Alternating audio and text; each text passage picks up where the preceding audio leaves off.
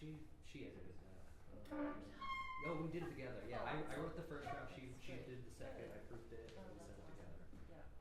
Because I still wanted it to be first. Exactly.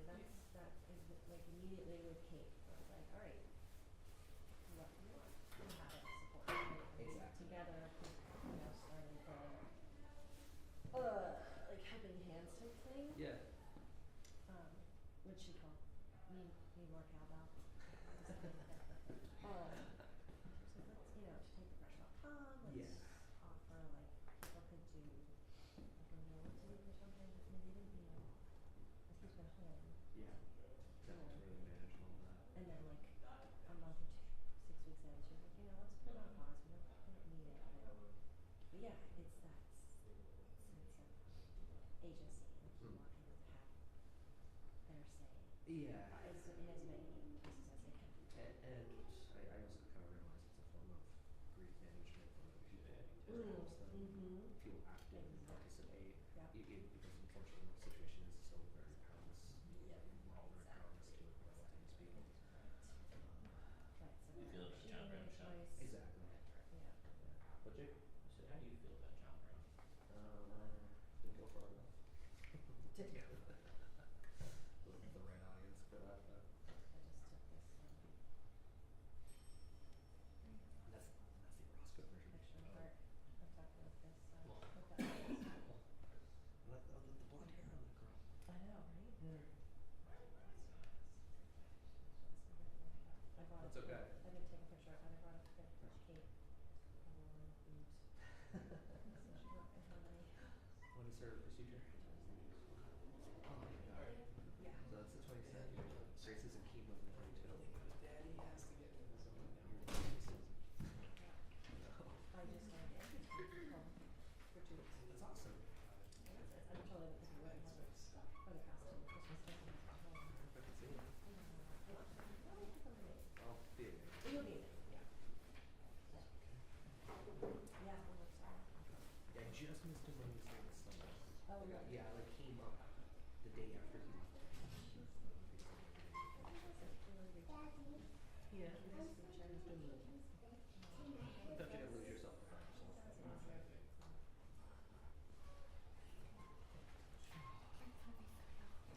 Yeah, I felt like he and Grace had like more of a connection. And I didn't quite play around that.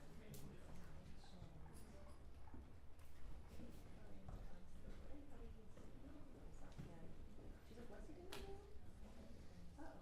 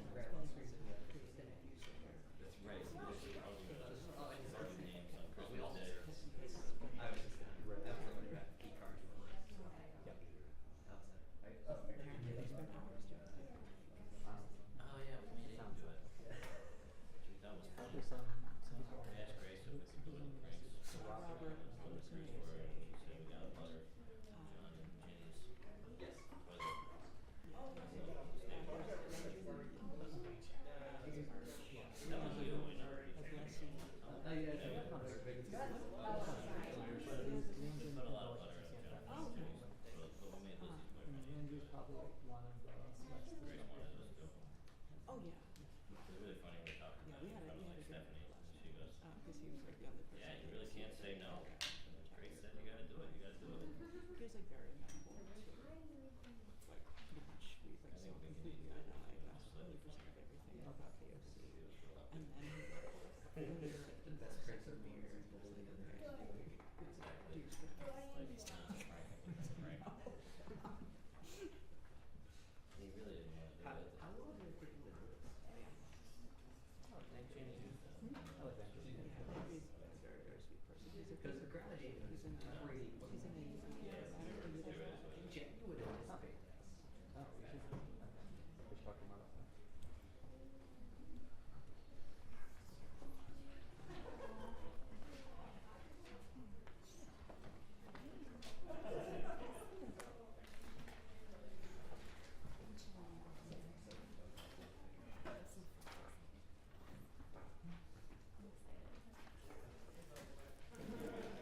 She's brought a lot of fun.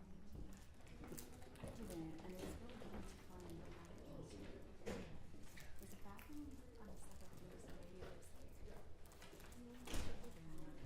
This probably won't start. Oh, it's not that bad.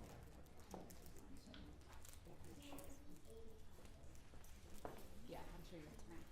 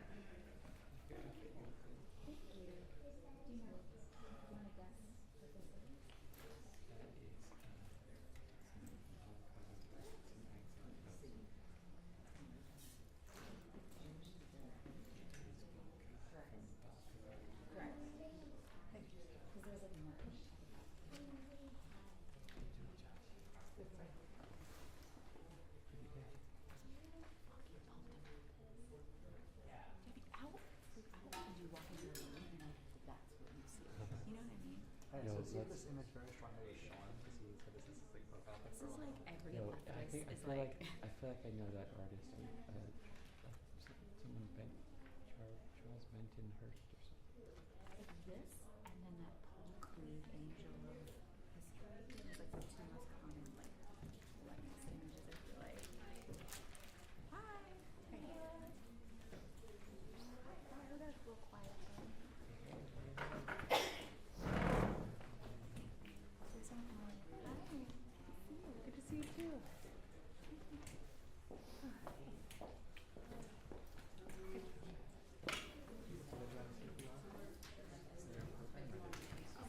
You're on that.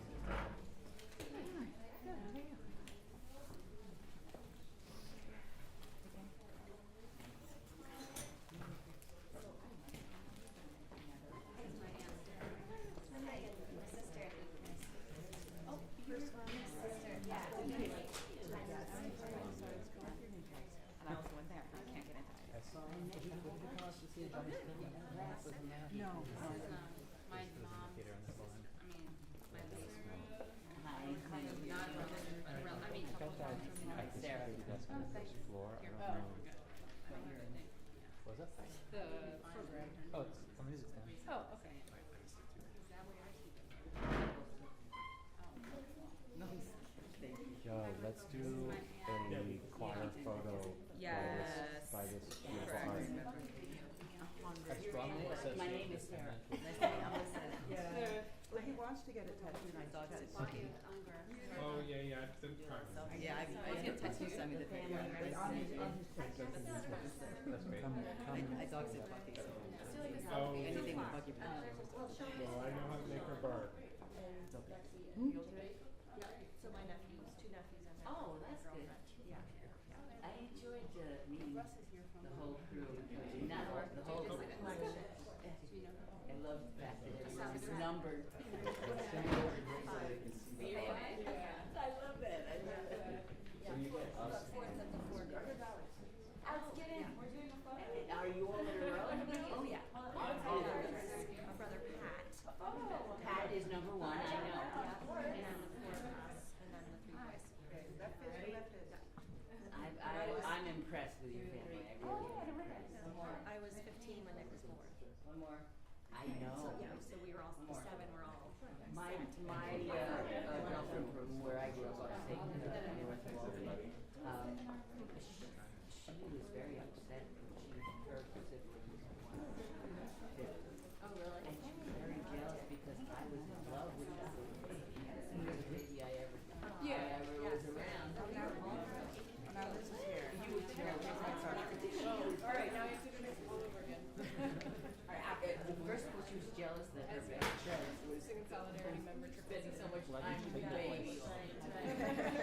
And a 15-year-old is in a struggling state. You know, she said, they still see 30s. All right, more Conrads are coming in. All right, well, we have to take a second photo, maybe. Yeah. Yeah. Learned his staying power and little brother. He was kind of his mother usually a right-hand man.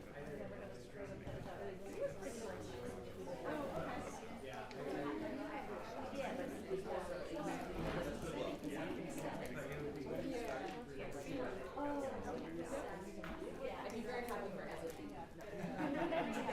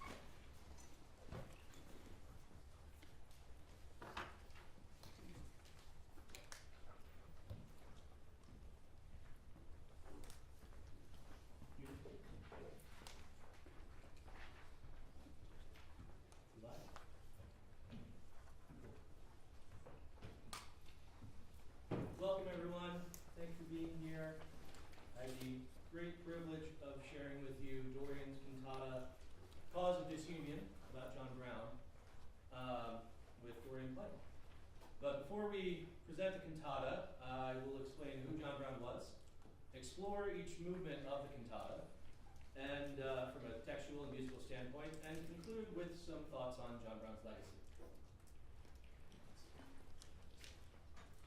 So who was John Brown?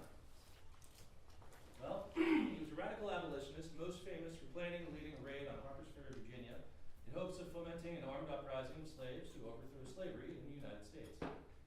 How he went from being a many times failed businessman to the martyr of Harper's Ferry, and a near mythical figure in his own time, is a very remarkable story.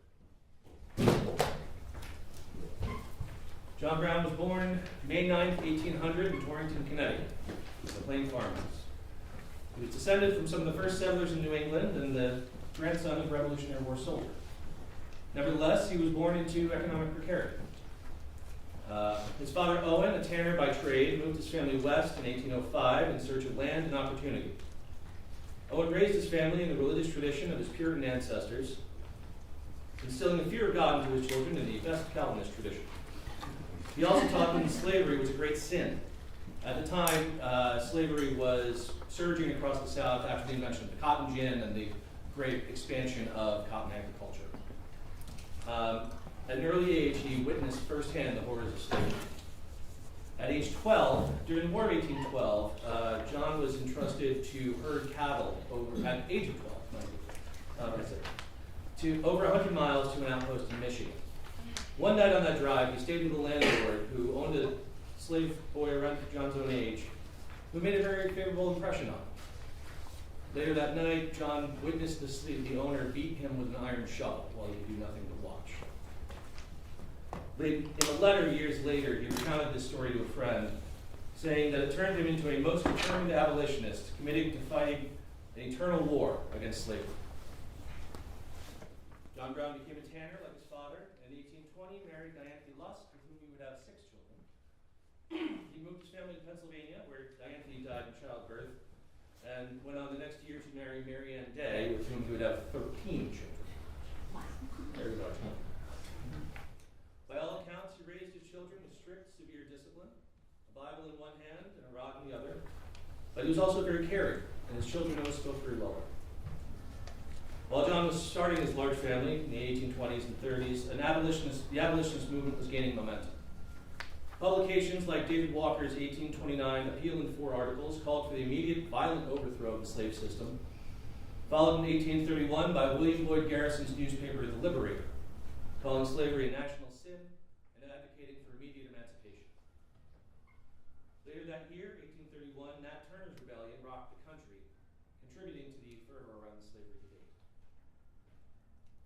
It was Garrison's Liberator that John Brown first read while on a visit to his father in 1833. John got himself a subscription and became further engaged in the abolitionist movement. He frequently had schemes he couldn't finance, such as opening a schoolhouse for black children. He long wanted to do this. He went bankrupt, I think, for the first time in 1835 and moved back to Ohio. After the murder of abolitionist newspaper editor Elijah Lovejoy in Alton, Illinois in 1837, John stood up before a prayer meeting and pledged to devote the rest of his life to abolishing the sin of slavery. The ensuing years saw him bound between one failed business venture after another, eventually settling in northern New York State, the Adirondack Mountains near Lake Placid, as part of a plan to help settle free black families on homesteads. He considered this property at North Elba to be home for the rest of his life. It was in Kansas, however, that John moved from rhetoric and vague plans into action for the cause of emancipation. The United States was advancing westward, which is our polite way of saying spreading settler colonial violence all over the continent. But it is what it is. There had been long-standing tensions about whether the newly admitted states would be slave or free. Following the 1846 to 1848 war with Mexico,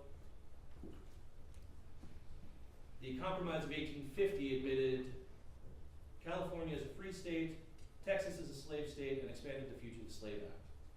Of course, that didn't settle anything, as Southern politicians pushed for slavery to be allowed in the lands of Louisiana Purchase, north of the 3630 parallel, which is that southern border of Kansas territory. So what was marked there is Kansas and Nebraska were unorganized territories from the Louisiana Purchase that land north of that parallel had been, in the Compromise of 1821, forbidden to have slavery. They wanted to revisit that with the Kansas, when Senator Stephen A. Douglas introduced the Kansas-Nebraska Act to organize the lands of the Louisiana Purchase to facilitate building the transcontinental railroad. He proposed splitting that territory into Kansas Territory and Nebraska Territory. The question of whether slavery would be allowed in Kansas Territory was to be left to a vote of the settlers. So this opened a flood of settlement from people on both sides of the debate. Among the abolitionists flocking to Kansas Territory in 1854 were John Brown's sons, at least some of them. John Brown Jr., Jason, Owen, Frederick, and son. John Brown Sr. initially declined to join them, but the next year went to Kansas after a letter from his son John Jr., imploring him for help with procuring weapons to fight pro-slavery settlers and border ruffians. They noticed on their trip over that everyone around them, all the Missouri settlers, were armed to the teeth while they had only agricultural implements with them and like 2 squirrel rifles and a pistol. That's all they had. So John arrived in October 1855. Shortly after his arrival, word spread of the murder of a free soiler, as the anti-slavery settlers were known, by a pro-slavery Virginian settler in the town of Brown Station. Free soilers rallied in nearby Lawrence, an anti-slavery stronghold. John Brown and his family went to Lawrence, armed and ready to fight. He was dubbed a captain of the 1st Brigade of Kansas Volunteers and was given command of a small company called the Liberty Guards, which consisted largely of his own sons. There was no fighting that night, and not much until the following spring. In May of 1856, pro-slavery border ruffians sacked the town of Lawrence, destroying the Free State Hotel and destroying the abolitionist paper's printing presses. In retaliation, Brown's men raided the nearby pro-slavery settlement of Pottawatomie Creek, killing 5 men. The raid was widely reported in newspapers all over the country. From that incident, Brown was a marked man, a bounty on his head, and federal troops, vigilantes, and border ruffians all trying to track him down. 2 more incidents grew his fame in Kansas. The Battle of Blackjack in 1856, where despite being outnumbered 2-1, Brown and his men prevailed and captured the man who was there to arrest him. And Osawatomie in August, where Brown and his men held off a larger force of border ruffians, only to be routed and flee while the pro-slavery forces burned the town. It was at Osawatomie that his son Frederick was killed. Violence in Kansas escalated after that point, calming in September when 1,300 federal troops arrived. Brown escaped back to the Northeast in October. Prior to his Kansas expedition, John Brown had spent some years traveling around the Northeast in an ultimately failed wool trading venture. The Du Bois biography of him has a really great accounting of all of the details of that, if you're interested. And he spent a lot of time in Boston. While in Boston, he became active in the abolitionist movement there, speaking at meetings and talking to the prominent people of the movement. He had long had a plan for a subterranean passway, his expansion of the Underground Railroad, that would rely on the rugged terrain of the Appalachian Mountains, in which he had spent much of his life during his various employments. He believed a small force of well-trained men could hold off much larger forces in that mountainous land and could augment their forces by raiding nearby plantations, adding those able to fight to their forces and sending the rest north. In this fashion, he envisioned gradually emancipating enough enslaved people to force the nation into action to end slavery. It was this plan that he had in mind when he returned to the Northeast in 1856. He spent much of 1857 raising money, including from a group of prominent Boston abolitionists called the Secret Six. He traveled back to Kansas in November 1857, recruiting fighters for his cause. This new force traveled back east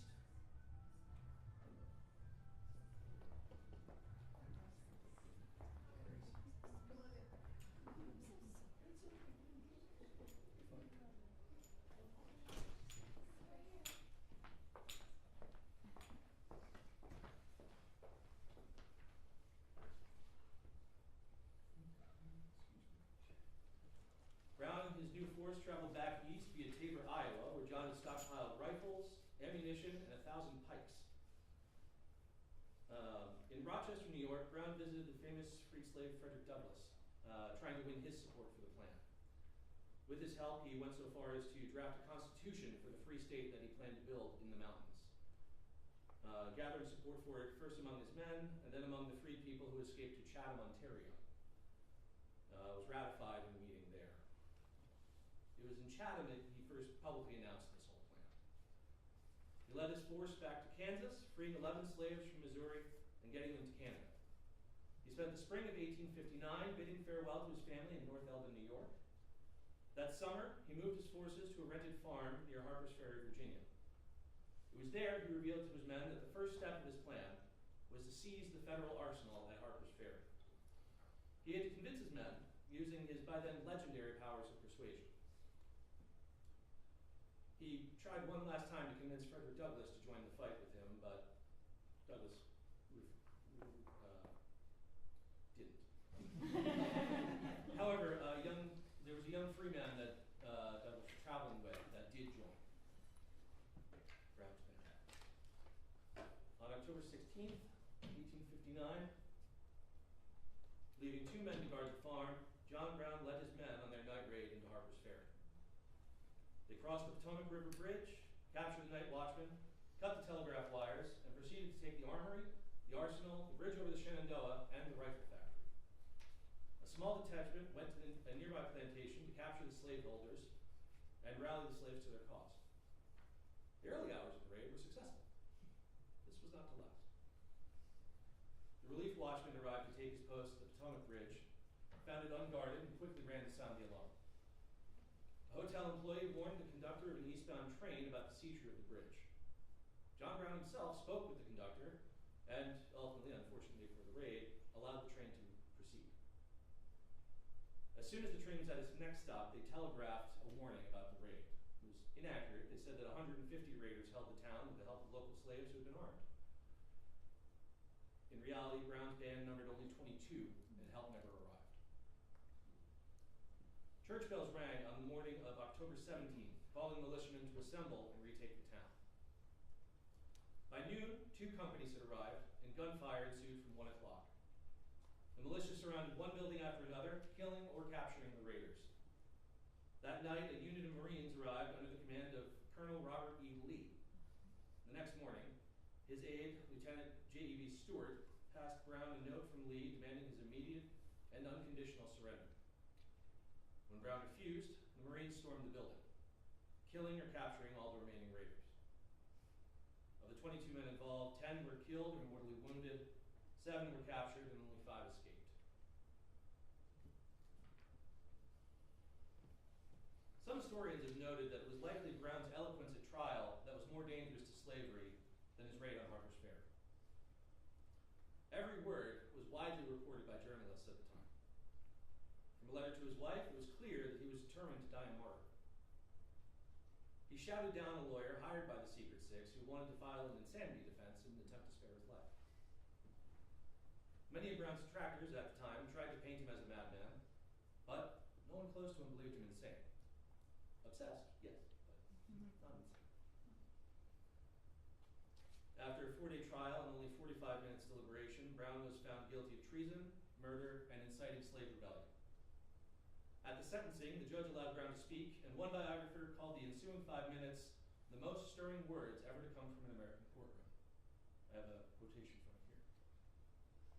If it is deemed necessary that I should forfeit my life for the furtherance of the ends of justice, and mingle my blood with the blood of millions in this slave country whose rights are disregarded by wicked, cruel, and unjust enactments, I say let it be done.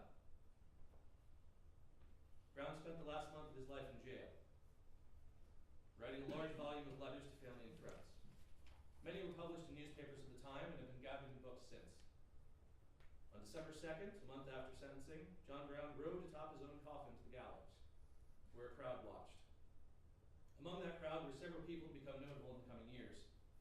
There was Professor Thomas Jackson of the Virginia Military Institute, known to history as General Stonewall Jackson. Edmund Ruffin, who had fired the first shot at Fort Sumter that would start the Civil War. and John Wilkes Booth, who assassinated Abraham Lincoln. Brown was hanged, and 6 days later was buried at his farm in North Elton, New York. After Brown's death, he became a symbol for both North and South. Fire-eating Southerners, as secessionists were known, took Brown for a sign that abolitionists would stop at nothing to destroy their property and way of life. Conservative Northerners distanced themselves from Brown's tactics and vigilantism, arguing that it hurt the cause of liberty. But Northern abolitionists carried the message of John Brown the martyr, with luminaries such as Ralph Waldo Emerson and Henry David Thoreau calling him a hero, an idealist, and above all, a person to emulate and admire.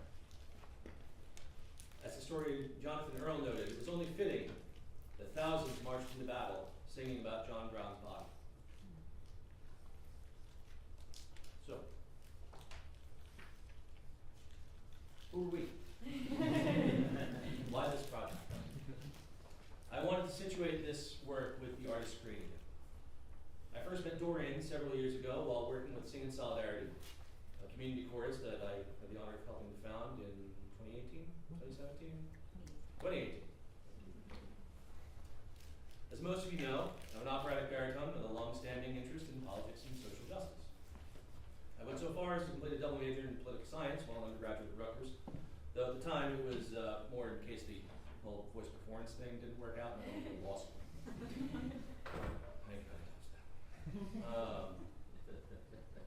My politics grew more radical as I aged, though there were early signs.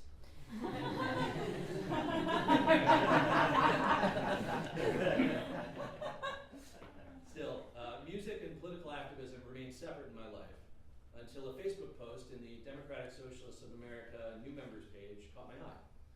Someone calling for musicians of any level of experience to start a socialist choir in New York. The first meeting of what would become Sing in Solidarity actually happened in this building right across the hall. On the day I found out I was admitted to this PhD program, I had the privilege of conducting their first major rehearsal, teaching Solidarity Forever in 4-part harmony in Pearl Studios on 8th Avenue. Since then, I learned more and more about the intersections of music and radical politics and the place of music in social movements. I have long sought a way to make a contribution to that world. Now I'd like to have Dorian introduce himself.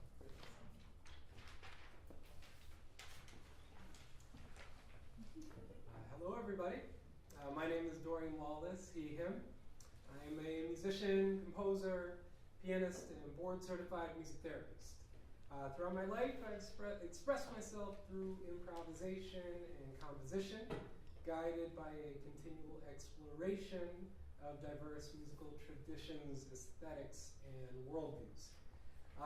My clinical work as a music therapist has included prisons and detention centers, including Rikers Island, Crossroads Juvenile Detention Center, and Sing Sing Prison, as well as a cult recovery music therapy support group with the Lalage Center for Cults and Coercive Control, and hospice and palliative care, which is end-of-life care at Calvary Hospital, which is right across the river.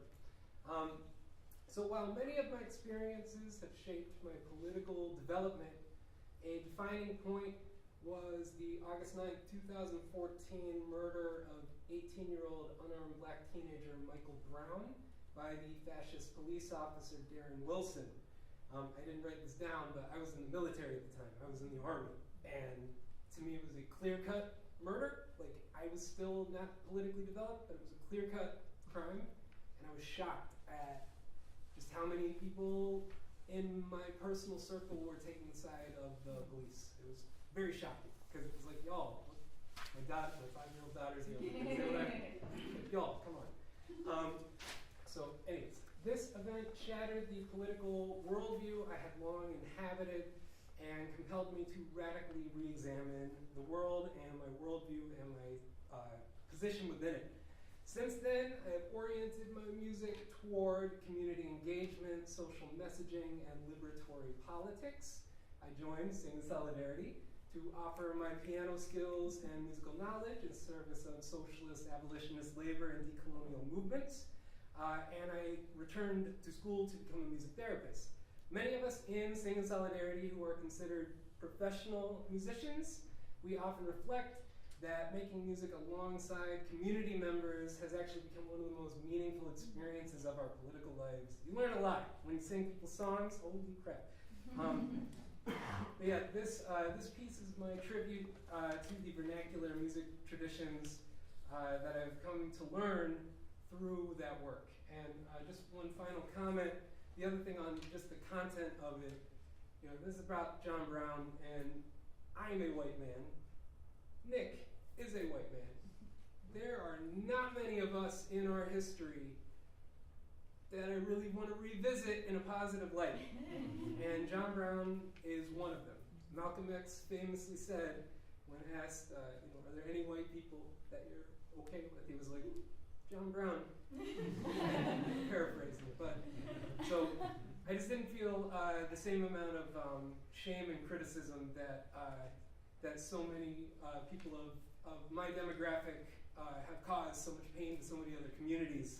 And this is one of the this is one of the few individuals in at least contemporary American history who was actually on the right side of history. So yeah, thank you.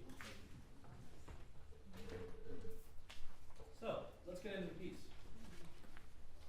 First movement is called Old Brown Canvas. All of the movement titles are monikers of one sort or another for John Brown. The first movement of this piece is drawn from Psalm 94, the King James Version that would have been familiar to John Brown. He considered his work to emancipate slaves to stem from his Christian belief, and he believed that God was using him as an instrument to drive out the sin of slavery. Dorian selected this text after looking for scriptural passages that spoke of God's vengeance. The full text of Psalm 94 is 23 verses. Dorian selected 7, actually 8. Okay, it's cool. We discussed it as 7, then I counted again. But either way, it's a number of significance in the Lucas series or the Connolly series. Both, he's explained that he frequently finds groups that correspond to one of those two number series to just make the most sense aesthetically. So the Fibonacci series, of course, 0, 1, where the numbers are, the following number is the sum of the preceding two numbers. Just the Lucas series starts on 2, but otherwise it's yeah. The first movement of this piece, which is 5 movements, is a Fibonacci number, is set mostly in the manner of a hymn, as would have been sung in churches from Brown's time until now. It's true the first and third sections of the piece. The second section takes a slightly different approach. Of first significance is the key of this movement, B flat. Dorian explained this as a grounding key, which he frequently employs in his music therapy work. B flat is close to the resonant hum produced by electrical devices. That hum is usually around 60 hertz. B flat 1 is about 58 hertz. In medical settings, where Dorian frequently does his musical therapy work, a patient is surrounded by various electronic devices that can create background noise that in that roughly B flat range. He uses musical improvisation grounded in B flat to recontextualize that background noise, turning a stressor into something more familiar and potentially a source of comfort. The first 3 and last 3 verses of this are used in this movement are in that grounded B flat. Second section of the piece, using verse 16, is in a musically distant tritone away from B flat, starting on an E half diminished 7. The progression works its way back around to B flat. It leaves the broad 3 of the hymn setting for a faster syncopated rhythm inspired by hip hop text setting. Transition back to the bridge back into the hymn setting has, to my ear, the most musically distinct aspect of this movement. The piano starts improvising broadly in B flat while the singer sustains an overtone pitch. There isn't time for a full dive into overtone singing, but for those unfamiliar, it's a style of singing which tones higher than the fundamental pitch are emphasized and discernible to the listener. Every tone we hear has associated overtones, but mostly we hear the fundamental. Yeah? I'll attempt to demonstrate. So, classic in Western classical singing, you hear something like, hey, right? Overtone singing. Hey.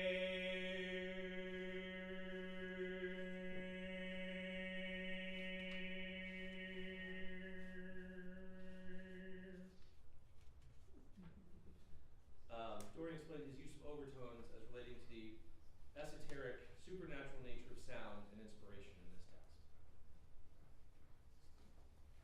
Second movement, Osawatomie Brown. Osawatomie Brown is the title of a poem by John Greenleaf Whittier, written around the time of Brown's execution. Dorian described this as perhaps the most traditional form of art song that to be found in the entire piece, in that it takes a pre-existing poem and sets it to music. The first two verses are drawn from Whittier's Brown of Osawatomie, published following Brown's death, first in the New York Independent, and then reprinted in Garrison's Liberator. Many such poems and accounts of Brown's life were published in the aftermath of the trial and execution. One literary scholar argues that this body of poetry, quote, broke a public sphere taboo against multiracial and violent resistance against slavery. Many of the abolitionist activists were also religious pacifists, and there was always a tension between those who advocated for the immediate violent overthrow, by any means necessary, of the slave system, and those who longed for a peaceful solution. The public poetry of Brown's life and death served to provide voice to the more militant among the abolitionist movement, priming the country for the violence to come with the ensuing war. The musical style of the two Whittier verses is a blues song, in the Delta and Piedmont blues style. Dorian was seeking musical inspiration from the music of Virginia, both of Brown's time and of modern times. The repeated verses, the first two, are common in blues style, while the third movement takes inspiration from a modern Virginian hip-hop duo called Clips. The piano accompaniment, when it comes in, is a guitar strumming pattern. One peek behind the curtain into the collaborative process. Originally, the accompaniment started with piano doubling melody, as a blues guitar would do, traditionally. And we kept working with it, and we found it just didn't have the right effect. It sounded like he was just flunking the notes for me because I couldn't figure out where it was. So it was at the dress rehearsal that it took this final form that you'll hear today. The third movement, Isaac Smith. Isaac Smith was the name under which John Brown rented the farm property near Harper's Ferry. It starts with an excerpt from the telegraph message sent regarding the raid at Harper's Ferry, which then made it into a newspaper headline. Dorian wrote the rest of the text, drawing comparison between the crime of slavery perpetrated for 400 years in the Americas to genocides across history. In particular, the complicity of citizenry in these, citizenry of the perpetrators and the everyday people. The citizens in the telegram most likely refers to plantation owners. What follows is a list of genocidal acts, victims of genocide, and sites of genocidal violence too numerous to detail in one lecture. But I wanted to draw attention to two terms that Dorian picked out as being of special significance: maangamizi and mafa. Maangamizi is a Swahili word referring to the African Holocaust of chattel, colonial, and neo-colonial enslavement. The root word of it denotes intentional destruction. Mafa is a broader term, also Swahili, meaning disaster, that is frequently used to describe the same historical process. Some scholars prefer the term angamizi for its greater specificity. It's preferred by some reparations scholars to discuss what had been previously just called the transatlantic slave trade. International legal scholar Katarina Schwartz says that the term better captures the international framework of violence that made up the global system of imperial domination of Africans and people of African descent that enabled the existence of the transatlantic slave trade. Dorian described the melodic content of the verses of this movement as if Biggie Smalls was doing a verse over Igor Stravinsky or Kurt Weill. Of course, we got all three of them here. The wordplay and rhyme scheme recall Christopher Wallace, aka Notorious B.I.G., aka Biggie Smalls, use of words in his lyrics, particularly in their alliteration and attention to the musicality of the words. Meanwhile, harmonically, there's a bitonality happening with a E flat major chord and a D minor chord sounding simultaneously. The fourth movement, Nelson Hawkins. Nelson Hawkins was a pseudonym used by Brown in some of his correspondence of 1857 and 1858. He maintained a prolific correspondence throughout his life, and many of his letters remain in the historical record. The first two verses are imagined letters from Brown to several historical fighters against slavery. The first is to Nat Turner, who led a rebellion in 1831 in Virginia. The violent uprising caused much backlash against slaveholding states, among slaveholding states, and an increased vigilance against further uprisings. The second verse is addressed to the two main figures of the Haitian Revolution, Jean-Jacques Dessalines and Toussaint Louverture. The two men are considered the fathers of Haiti. It was under their leadership, first Louverture and then Dessalines, that the colony of Saint-Domingue, as Haiti was then known, threw off French colonial rule and became the first country in the Americas to eliminate slavery. Now, the music, the melodic content of this is a country western ballad. Why? Well, Dorian asked me what when we were initially discussing it, he asked me what I'd been listening to or what kind of music I liked that I never got a chance to sing. I've been listening to a lot of Morgan Wallen.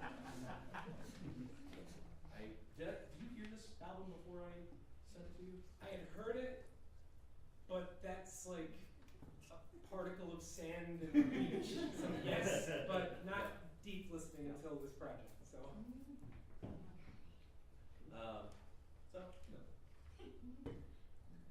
The third section of this movement consists of John Brown's last written words. This is the actual note. Brown passed this to one of the guards as he was being led to the gallows.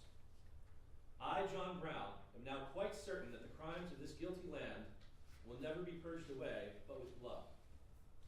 I had, as I now think vainly, flattered myself that without much bloodshed it might be done. Dorian gave these words a more straightforward, dramatic setting appropriate to their prophetic nature and dire warning. They were perhaps consciously modeled on the warnings of Old Testament prophets. The third movement may sound familiar to some of the audience. It's Kurt Weill and Bertolt Brecht's Surabaya Johnny with new lyrics. I'll discuss the lyrics first. He wrote 3 verses with a recurring pre-chorus and chorus. It was Dorian who wrote original lyrics for this. The imagined narrator for the first verse is Silas Sewell, who as a young man was a conductor of the Underground Railroad, later attempted to free John Brown and his accomplices from jail while they were awaiting execution, and later served in the Union Army. He gained notoriety for refusing orders to massacre Arapaho and Cheyenne Native Americans while serving in the Colorado Infantry. The young soldier serves as a self-insertion for Dorian, giving him a more direct voice in the piece. Sewell's perspective turns to a wider evaluation of the political economy of the United States and into a direct call to action and inspiration today. The choice of melody was informed by Dorian's association with Sing and Solidarity, the DSA choir. The group has a particular affinity for cabaret music of the Weimar Germany era, with specifically anti-fascist traditions. Kurt Weill and Bertolt Brecht were 2 of the major figures of that era. As a composer and lyricist team, they collaborated on the Threepenny Opera, Happy End, which is the source of Surabaya Johnny, and The Rise and Fall of the City of Mahagani, among other works. Both fled Germany in 1933. In writing new lyrics to an existing melody, Dorian was drawing on several traditions. There's a long history in socialist music to adapt songs for political messaging. One example is to be found in the International Workers of the World, or IWW, whose Little Red Songbook includes new lyrics for many old hymn tunes. Sarah, hold it up.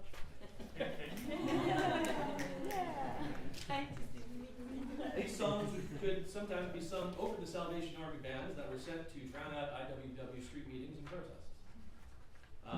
Instead of being overpowered by the band, the wobbly protesters would turn them into their own backup band. An album of these songs was recorded by Singing Solidarity several years ago in a fantastic collaboration with conductor Christopher Westover Munoz. I also see parallels between this piece and Frederick Shevsky's 1975 composition, The People United Will Never Be Defeated, a theme and variations on the Chilean song El Pueblo Unido Jamás Será Vencido by Sergio Ortega and Quilapayún. Shevsky's composition, in addition to the primary material of the song, quotes traditional Italian socialist song Bandiera Rossa and the Brecht and Hans Eisler song Solidaritätslied, or Solidarity Song. Incidentally, all three of those songs are in Singing Solidarity's repertoire. Now, Dorian has stressed that he does not consider this piece to be this composition to be a narrative piece. But he and I, him more than me, both wear our politics on our sleeves and see ourselves as working within the movement. I wanted to add a piece of overtly political music to a repertoire that I found largely apolitical.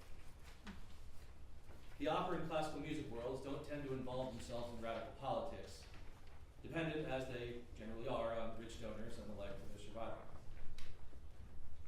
Dorian uses the third movement and the last verse of the last movement to draw away from John Brown and towards the larger world and emancipatory struggles of today. He uses the labels tyrants and fascists, drawing parallels between the enslavers of Brown's day and all those who divide people against themselves for the purpose of holding on to their own power.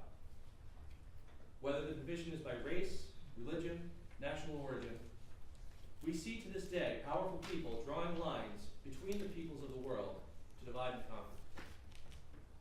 John Brown challenged those divisions in his time, and I hope that in our ways we can too.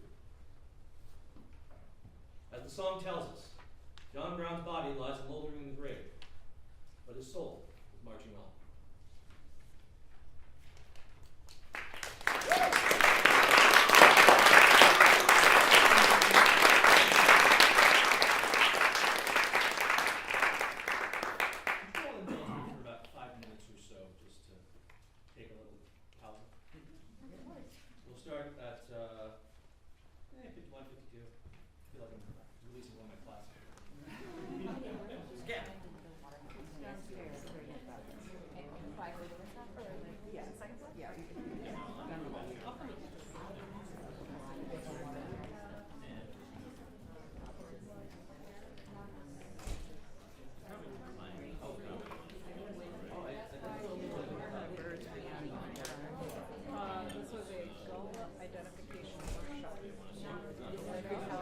Identify goals and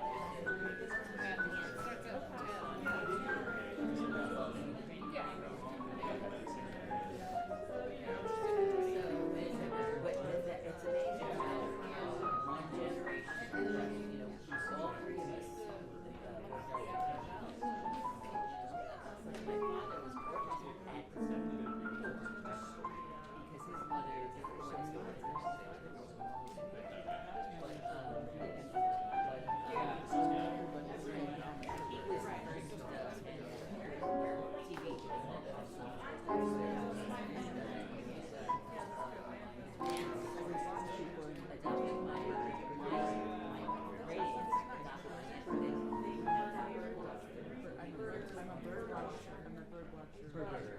It's amazing. Burger.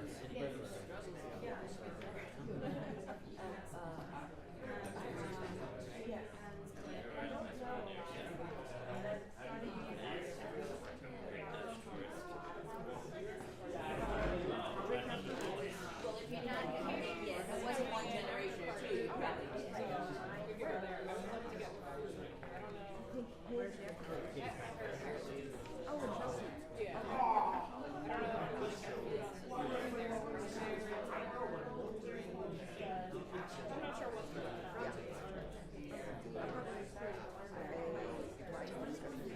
When you did something to go home and keep it up. I thought it was hard. Yeah, amazing. They were playing music. Yeah. How are you doing, Caleb? Seems like it's been a minute since I've seen you. Yeah. Are you feeling less sick? I got sick again. Oh, really? But it was a while. Yeah. Josh got it first and then I got it. Gotcha. Really sorry. Sorry?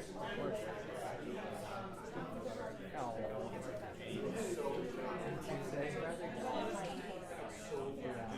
It is December. How was your night? Oh, it was good. It was good. It was really nice. I mean, it was just, casual. It was nice getting to I feel like my mom had met a lot of people before, but it was nice getting to reintroduce her. Yeah, it felt very sweet. What was your favorite pie? Biology and science. I'm trying to remember the pies because this was a couple of weeks ago. My mom had asked me to make a shepherd's pie. That I thought was really hearty.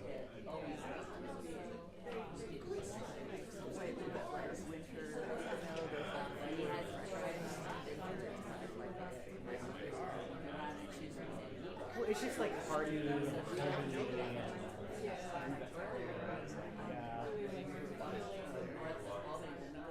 yeah, some of the food is a little heavier.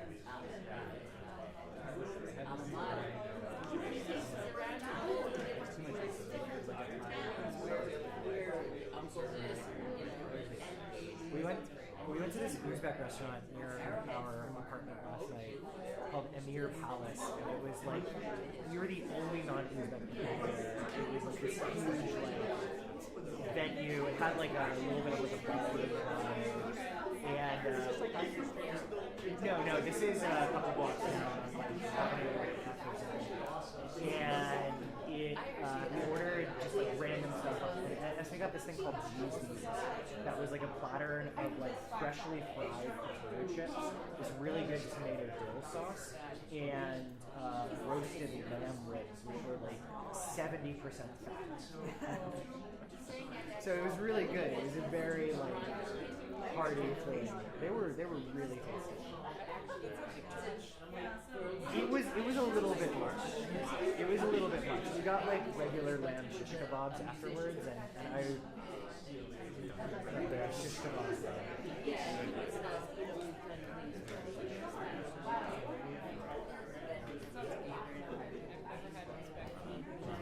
It's good. It's a lot of like shish kebab roasted meats. Yeah. It's like very hearty Central Asian. Basically.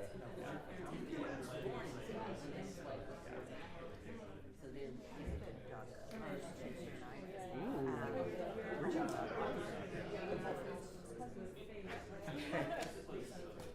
We were in Whole Foods doing Thanksgiving shopping, and they had like ducks for relatively cheap, right next to the turkeys. Yeah. Like there was so much fat on this thing. Like I was like cutting off this. I had like 4 jars. That's a lot. Fried potatoes. You can also make some really rich broths. Well, I also made broth from cabbage that I made a stew with the other day. Nice. And that was like so good. That's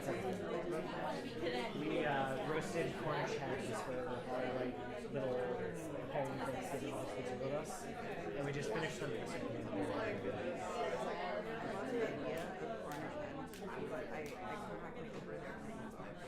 Yeah. I ended up eating 80% of it because Esme had the same name. Yeah.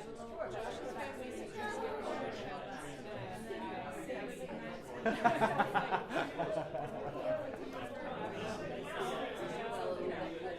just for Esme, it was like it's really obvious that this was a living thing, and we are dissecting its corpse. Yeah, that's my issue too. Like when I was a little kid, I struggled with eating meat that had bones in it. That's how I felt like a kid. You know. Yeah. Yeah. That's my daughter. Yeah. And I can't. I like it afterwards.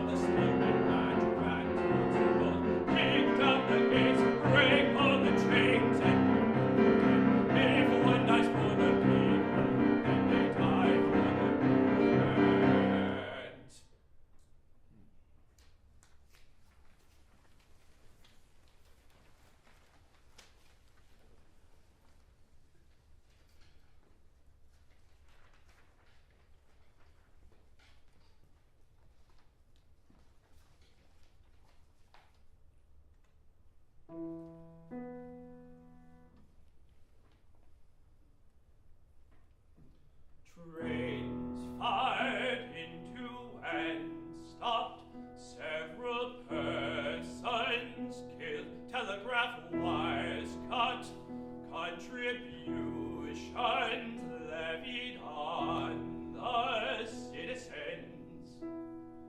The citizens, the citizens, the citizens, the citizens, the citizens, always the citizens.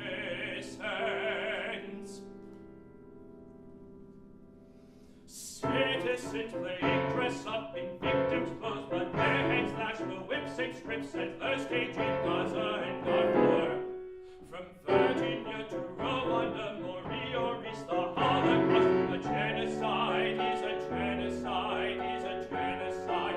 A genocide is a genocide is a genocide. A genocide is a genocide is a genocide. Citizens playing dress up on stolen lands, but their hands lashed the sticks, apes, scripts, and the stage in Western Sahara. Armenia, Cambodia, the Yazidi, Guatemala. A genocide is a genocide is a genocide. A genocide is a genocide is a genocide. A genocide is a genocide is a genocide.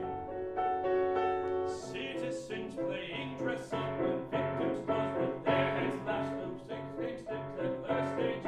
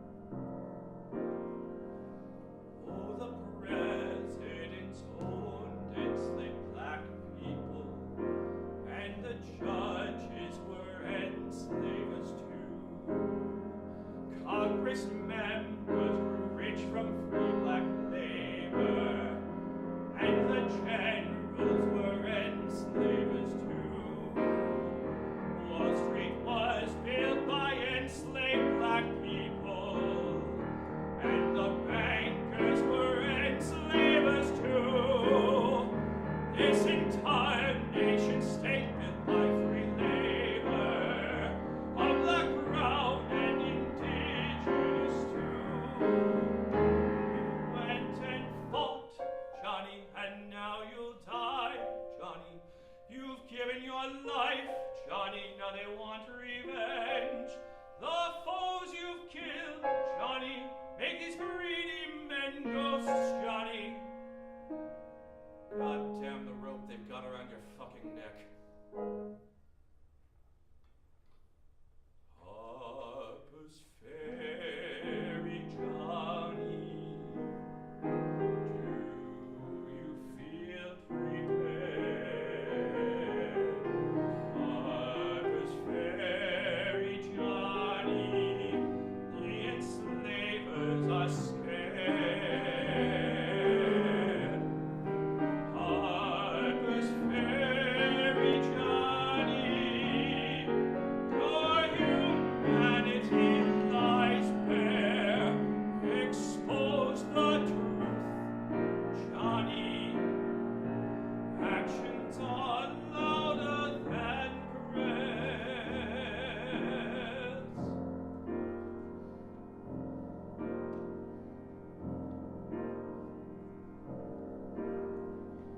Oh, the tyrants they thought they could bury what you stood for with smears and with lies. Oh, the hatred these tyrants' bodies carry. Every moment they dehumanize. But the wounds of this struggle remain open, and the fascists are still out there today. We won't stop until every chain is broken. We won't stop until every tyrant pays. You went and fought, Johnny, and now you'll die, Johnny. You've given your life, Johnny, now they want revenge.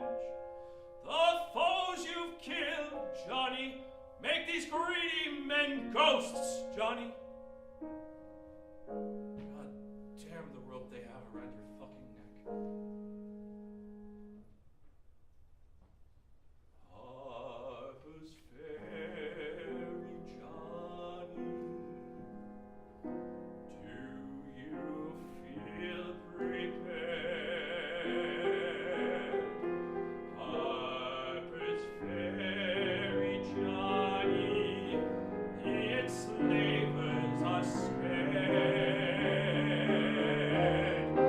Harper's Ferry, Johnny, your humanity lies bare.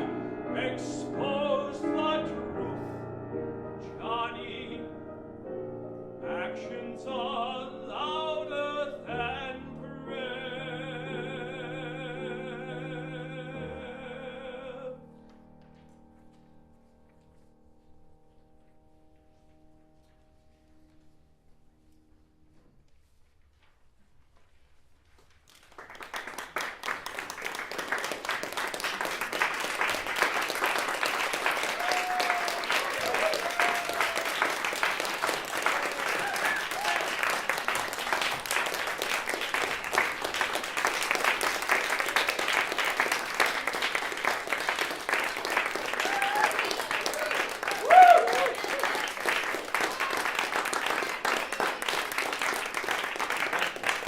Thank you all so much for being here. If I could ask just a few more minutes of your time, please turn your lyric sheet books to the back page. And if you don't know the tune, don't worry, half the room does at least. So just sing along.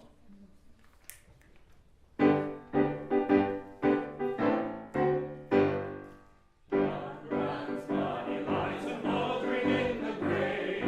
John Brown's body lies a mouldering in the grave. John Brown's body lies a mouldering in the grave. His soul goes marching on. Glory, glory, hallelujah.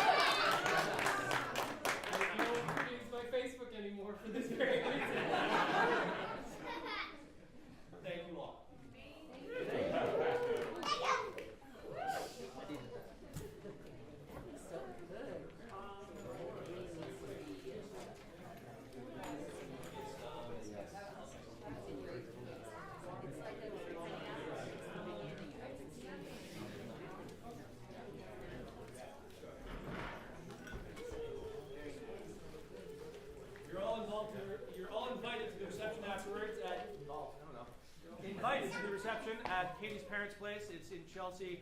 If you need the address, you plan on coming, just come up to me or ask somebody that's been there before. Just a lot of you.